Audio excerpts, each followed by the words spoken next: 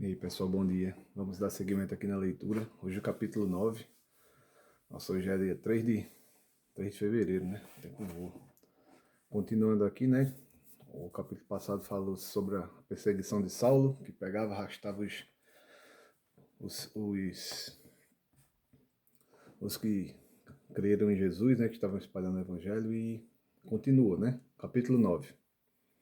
E Saulo, respirando ainda ameaças e mortes contra os discípulos do Senhor, dirigiu-se ao sumo sacerdote e pediu-lhes cartas para Damasco, para as sinagogas, a fim de que se encontrasse algum destes no caminho, quer homens, quer mulheres, o conduzisse preso a Jerusalém.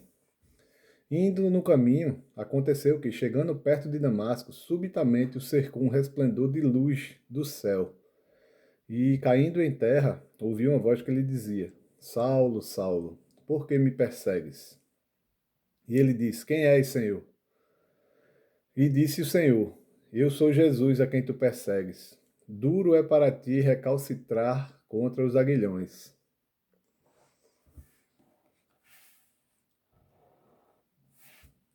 E ele, tremendo e atônito, disse: Senhor, que queres que eu faça? E disse-lhe o Senhor: Levanta-te e entra na cidade, e lá te será dito o que te convém fazer. E os homens que iam com ele pararam espantados, ouvindo a voz, mas não vendo ninguém. E Saulo levantou-se da terra, e abrindo os olhos não via ninguém, e guiando-o pela mão, o conduziram a Damasco. E esteve 3 dias sem ver, e não comeu nem bebeu. E havia em Damasco um certo discípulo chamado Ananias. E disse-lhe o Senhor em visão: Ananias, e ele respondeu: Eis-me aqui, Senhor. E disse-lhe o Senhor: Levanta-te e vai à rua chamada direita, e pergunta em casa de Judas por um homem de Tarso chamado Saulo, pois eis que ele está orando. E numa visão ele viu que entrava um homem chamado Ananias e punha sobre ele a mão, para que tornasse a ver. E respondeu Ananias: Senhor, há muitos ouvi acerca deste homem, quantos males ele tem feito aos teus santos em Jerusalém. E aqui tem poder dos principais dos sacerdotes para prender a todos que invocam o teu nome. E disse-lhe, porém, o Senhor: Vai, porque este é para mim um vaso escolhido, para levar o meu nome diante dos gentios e dos reis dos filhos de Israel. E eu lhe mostrarei quando deve padecer pelo meu nome. E Ananias foi e entrou na casa. Antes de seguir aqui, quando Jesus falou com Ananias aqui, ele ficou com medo, porque já sabia as coisas, a perversidade que Saulo estava tratando os que criam em Jesus, né? Prendendo, matando, apedrejando, no caso de Estevão, e ele ficou com medo. Mas Jesus falou: vai lá, que esse é um vaso escolhido, que eu escolhi para pregar o meu nome entre os príncipes. Vamos lá. Vou mostrar aí que pode ser pelo meu nome. E Ananias entrou na casa. Só voltar um pouquinho para pegar o contexto. E disse-lhe, porém, o Senhor: Vai, este é para mim um vaso escolhido para levar o meu nome diante dos gentios e dos reis dos filhos de Israel. E eu lhes mostrarei quanto deve padecer pelo meu nome. E Ananias foi e entrou na casa e, impondo-lhes as mãos, disse: Irmão Saulo, o Senhor Jesus, que te apareceu no caminho por onde vinhas, me enviou para que tornes a ver e seja cheio do Espírito Santo. E logo lhe caíram dos olhos como que umas escamas, e recuperou a vista. E levantando-se foi batizado. E tendo comido, ficou confortado. E esteve Saulo alguns dias com os discípulos que estavam em Damasco. E logo nas sinagogas pregava a Cristo, que este é o Filho de Deus. Então, o lugar que ele foi, que era justamente para ver se tinha algum seguidor e prender, estava ele lá agora anunciando o Evangelho de Cristo. E logo nas sinagogas pregava a Cristo, que este é o Filho de Deus. E todos os que o viam estavam atônitos e diziam: Não é este o homem que em Jerusalém perseguia os que invocavam este nome? E para isto que ele veio aqui, para os levar presos aos principais dos sacerdotes? Saulo, porém, se esforçava muito mais e confundia os judeus que habitavam em Damasco, provando que aquele era Cristo. E tendo passado muitos dias, os judeus tomaram conselho entre si para o matar. Mas as suas ciladas vieram ao conhecimento de Saulo. E como eles guardavam as portas, tanto de dia como de noite, para poderem tirar-lhe a vida, tomando-o de noite, os discípulos o desceram dentro de um cesto pelo muro.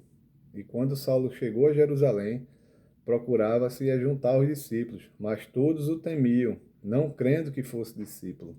Então Barnabé, tomando-o consigo, o trouxe aos apóstolos e lhes contou como no caminho ele vira o Senhor e lhe falara, e como em Damasco falara ousadamente no nome de Jesus.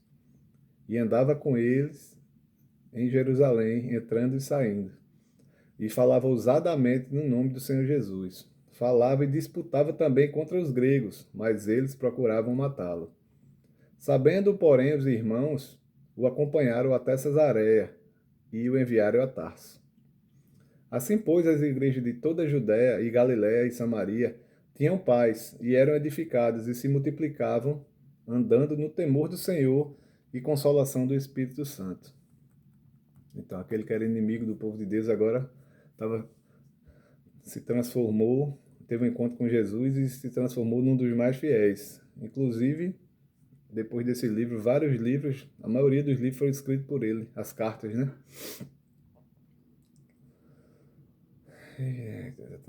Cadê? Então andavam no temor do Senhor, pois assim as igrejas toda a Judéia, Galiléia e Samaria tinham paz e eram edificadas e se multiplicavam, andando no temor do Senhor e consolação do Espírito Santo. E aconteceu que, passando Pedro por toda parte, veio também aos santos que habitavam em Lida. E achou ali certo homem chamado Enéas, jazendo numa cama havia 8 anos, o qual era paralítico. E disse-lhe Pedro: Enéas, Jesus Cristo te dá saúde, levanta-te e faze a tua cama. E logo se levantou.